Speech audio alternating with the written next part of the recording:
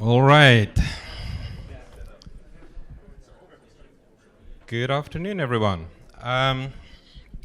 Thank you for coming. It's a nice big room.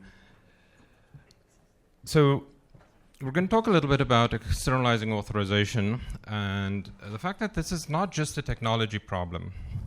Now, first, I think when you think about authorization, let's get this.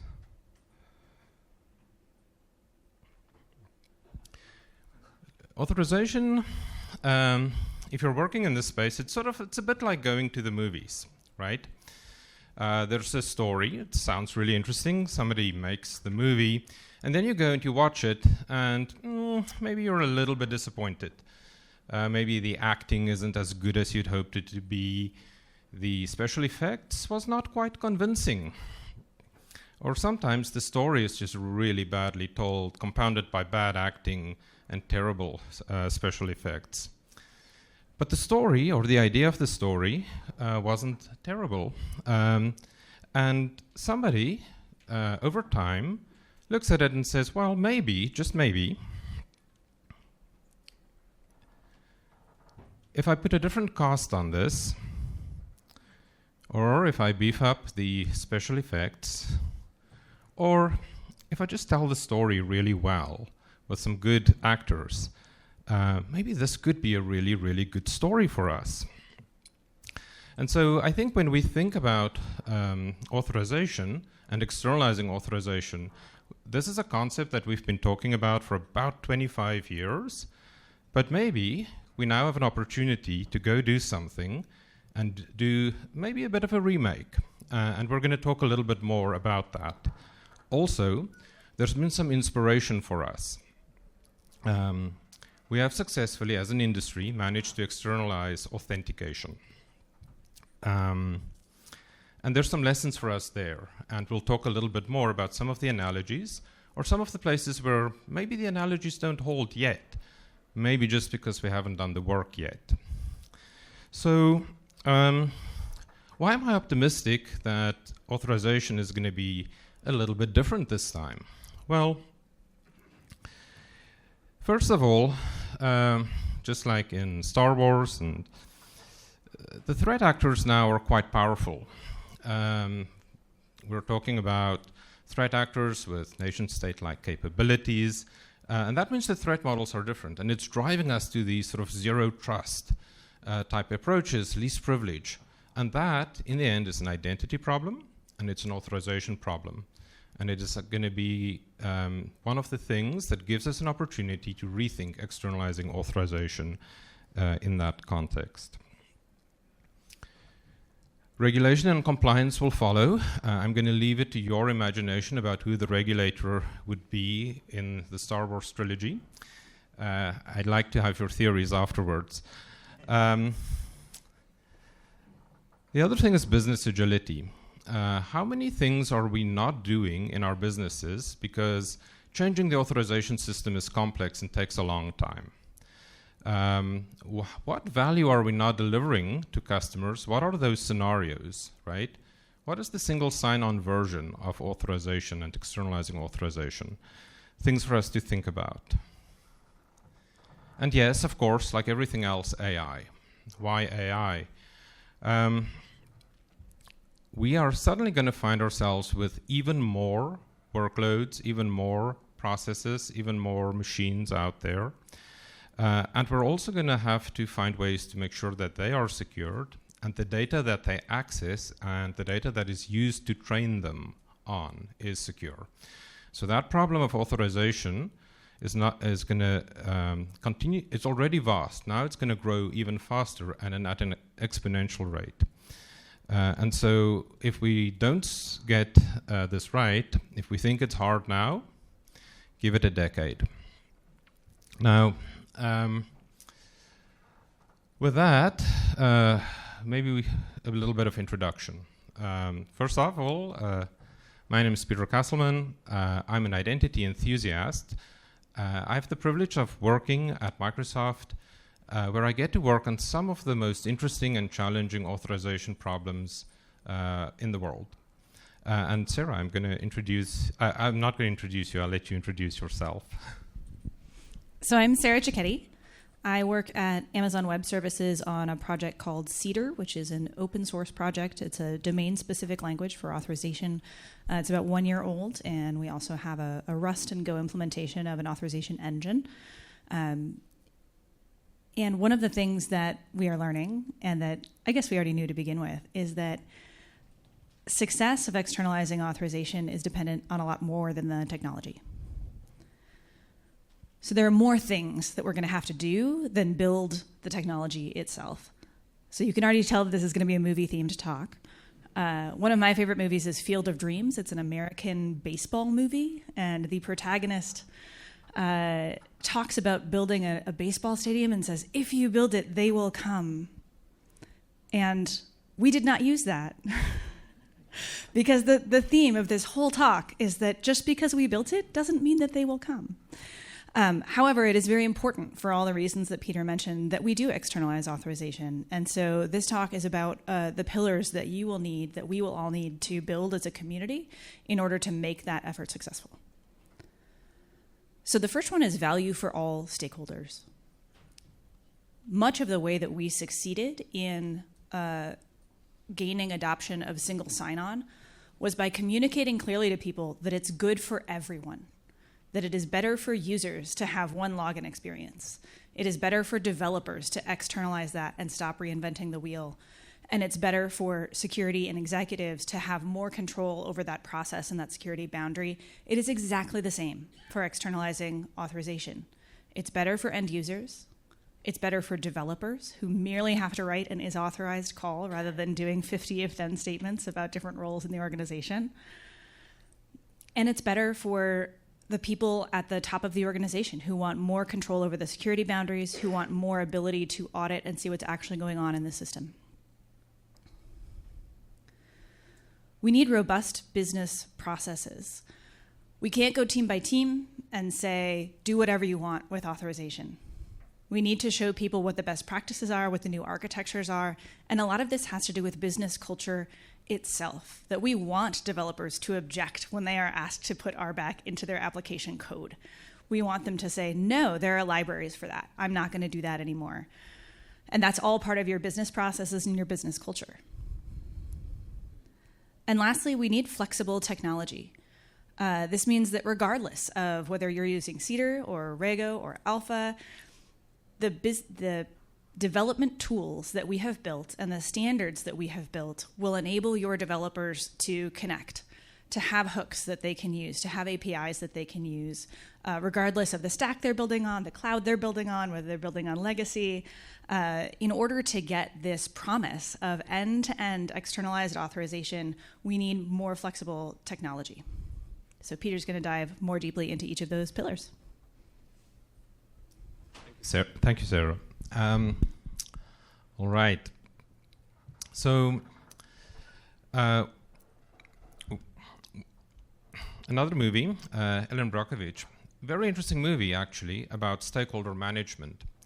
Very skillfully, she manages her clients who are somewhat reluctant about engaging in a lawsuit. Her firm, who has to fund this whole effort, and then, of course, also managing the stakeholder in the sense of the company that's being sued, because that too, right, you want a certain outcome. And so I think when we think about stakeholder value, let's talk a little bit about the business first. One of the things I think that we all need to get very clear on and start thinking about is what is that clarity with single sign-on, right? There was very clear business value in terms of gained productivity, right? And with externalizing authorization, is that an area that we really want to focus on, or is it one of the benefits? We've talked about regulation and compliance, the ability to prove that things actually work the way they work. And then there is a set of value around the flexibility and agility, right? Unlocking those new kinds of user experiences that we just haven't thought about, because authorization has always been hard. It's deeply baked in to our business logic. And of course, we never have just one authorization system either. Nobody is that lucky, right? There's always a fairly large number of them floating around. And so thinking about that business value and the different angles on that, I think, is a key thing that we need to think about. The next one is business value for engineers, or value for engineers. So we were just in the Auth-Zen report out, and I think Omri sort of said, well, developers need to fall into the pit of success. This needs to be the easiest way in which you can do authorization. And so as an industry, I think that work that is being done in Auth-Zen can become a huge enabler for making it very simple for developers. What if it's like TLS, right? No developer, when they hear that they have to connect or secure an end-to-end communication channel, they reach for TLS, right? If they hear that, if they have to think about authentication, they reach for OpenID Connect. Is Auth-Zen that interface that they reach for? What if I, as an engineer, can write my application, do my authorization checks, independent of who the authorization provider will be? What if I could plug that in to my system later? If I was a SaaS provider, wouldn't that be handy? Could that potentially increase my my number, the addressable market for me? And so thinking about that experience and thinking about how we can shift left with our authorization, away from IT admin and administrators to engineers. At the same time, engineers care very little. No, that's not true. Engineers are not experts at governance. They're not experts at management and compliance. For that, that's where our IT administrator or identity administrator teams come in. And so what we have to think about is, what is the value that these authorization systems will yield to them? How do we talk about this? Enable engineers to write code quickly and flexibly, but continue to have make it easy for IT admins to be doing their job in governing and managing these environments. So some properties and some of the narrative that we need to think about.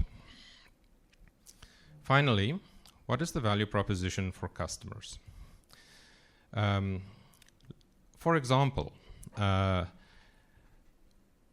we all end up sharing, or not sharing, you have a family, you delegate permission. You can access the streaming service, this application, and we do that time and time and time and again. What if that authorization policy could be expressed once and be portable across multiple applications, so that if I onboard a new customer, I just need to know what their family authorization and delegation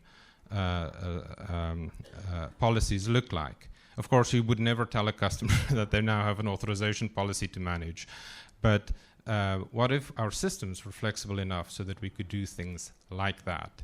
And I think we need to apply some imagination to this. I want to quickly talk about business processes. Invictus is one of my favorite movies. It's a fascinating story of how Nelson Mandela uses a sporting event to create a process to drive a culture of inclusion and reconciliation. Now, I think when we think about our business processes is how will we think about managing at scale, right? So one of our challenges with when we start looking at fine-grained authorization, we're not going to have a few hundred policies. There will be thousands, if not tens of thousands. There will have to be tooling for that, but there will also have to be business process around that, governance, and ultimately, we need to be thinking about how we would manage that at that scale. There's also separation of concerns. We talked about the shift left, shift right part, and that has to be really seamless, right? We can't be asking people to do more work just because we've externalized authorization. Externalizing authorization should result in less work. but the business process still needs to work. It has to be integrated into the tool chains. It has to be part of your CI/CD pipelines, and it has to be integrated into your workflows. And finally, to Sarah's point, culture, right? There has to be a culture that if you're going to do authorization, there is only one way to do it. And anything else, that's probably wrong, right? And so definitely I think thinking about how we drive those behaviors. Lastly, the final pillar I'm going to talk about is technology. Now, I think for too long, the authorization discussion has been a discussion about technology, ABAC, REBAC, graph, etc. However, I think we do need to focus on these other things, but in terms of technology, some of the things that we need to think about is what is our objectives with these technologies? What is it that we need to achieve? The Current War is a really interesting movie about electricity. It's the battle between alternating current and a direct current, and alternating current in the end wins out. Surprise! I hope I'm not spoiling that for anyone. But the good news, or the very interesting thing about this, about electricity as a utility, is when you look at a wall socket, you have a very high expectation that what's going to come out of that is going to run at this fixed frequency and voltage, and there's a fixed form factor. If I have a plug that matches that socket, it is safe to plug it in and it will work. And if it doesn't, I take it back to the shop, right? But behind that electricity could be generated using solar, nuclear, could burn some fossil fuel, hydro, right? It could come from anywhere, could be distributed over very long distances. It could have any kind of, let's call it, architecture behind it. But when you, as a consumer of that, use it, it's always the same. And the same for developers, right? And this is this idea of a common interface. If we have a common interface, and I have an expectation that if I ask a question, I'll get the answer back, whether that is, tell me who has access. Does this thing have access to that thing? How many things can be accessed by this thing? And this resource here, how many principals can access this resource, right? Simple questions, right? The kind of questions that, again, the Auth-Zen group is talking about. That becomes very powerful because it gives us that abstraction layer. Make it easy for engineers, fixed expectation about the outcome, many ways to fulfill that need. It does need to be flexible across applications. I do think one of our biggest opportunities with authorization is not just the new build, or it is of course everything new that gets built, but we do need, as an industry, to figure out what are we going to do with all those brownfield systems, everything that's already out there. It's an addressable market, but it's a real problem, right? Retrofitting is hard. Do we need to think about service meshes, microsegmentation, right? What are proxies, right? What is the strategies that we can have to push and to bring modern authorization to applications that may be 20, 30, 40 years old? And how do we do that cost effectively and with low risk? Our technology has to be friendly to the expertise elsewhere.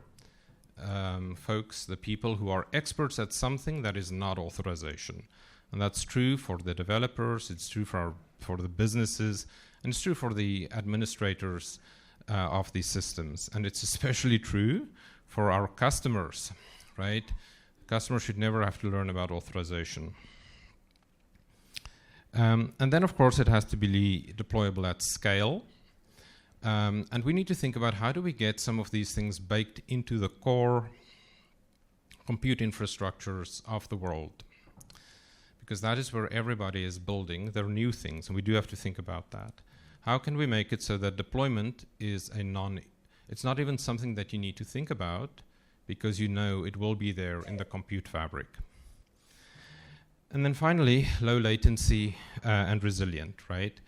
I think earlier this week in the panel on Tuesday, somebody, and this has sort of been around for a while, right? You want to be able to audit and create your policies centrally, but you want to be enforcing it as local as possible. So with those three pillars, I think, Sarah, you're going to... What should we do next?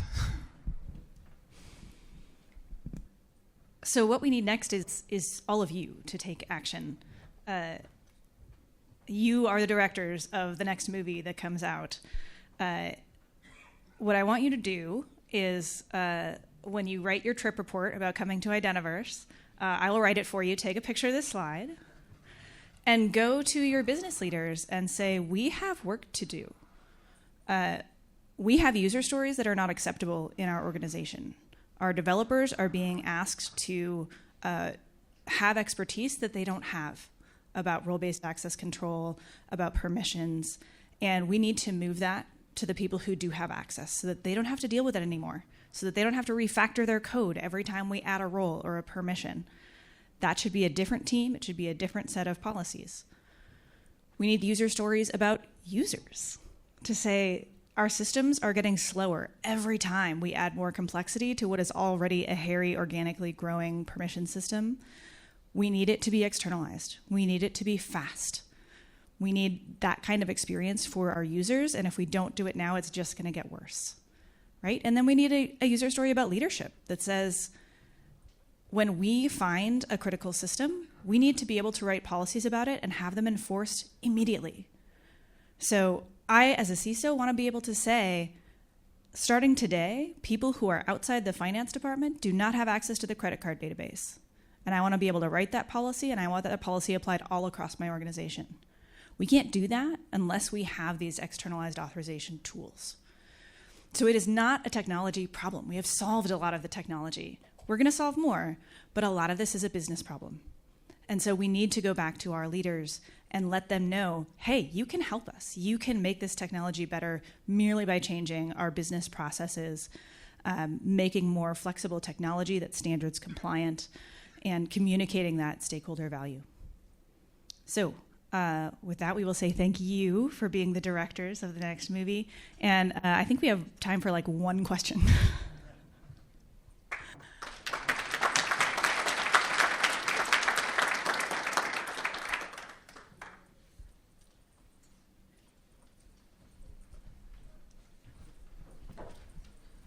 Thanks so much.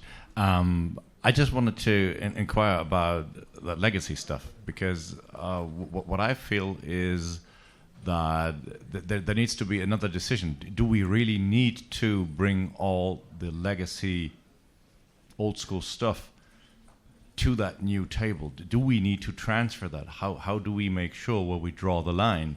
If that is stuff that needs to be integrated into that campaign, if that needs to be a figure in that movie, or if I just drop it from the script.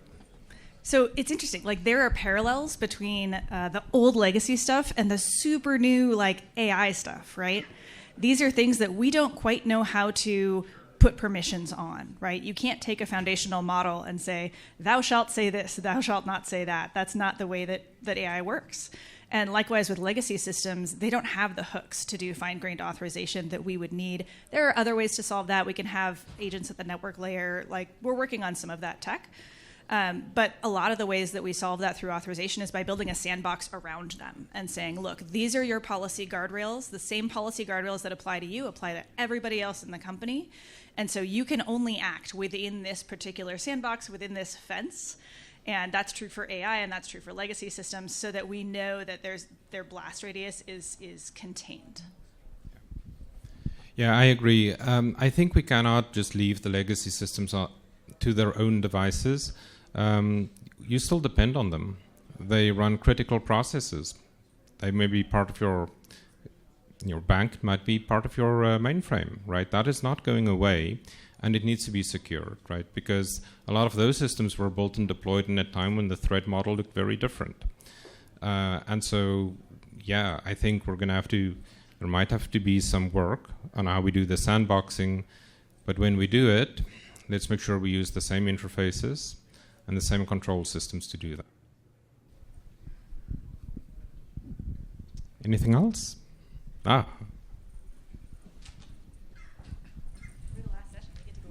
We can go all night. Along the lines of the last question, but what do you think the future looks like in externalized authorization for third-party off-the-shelf software?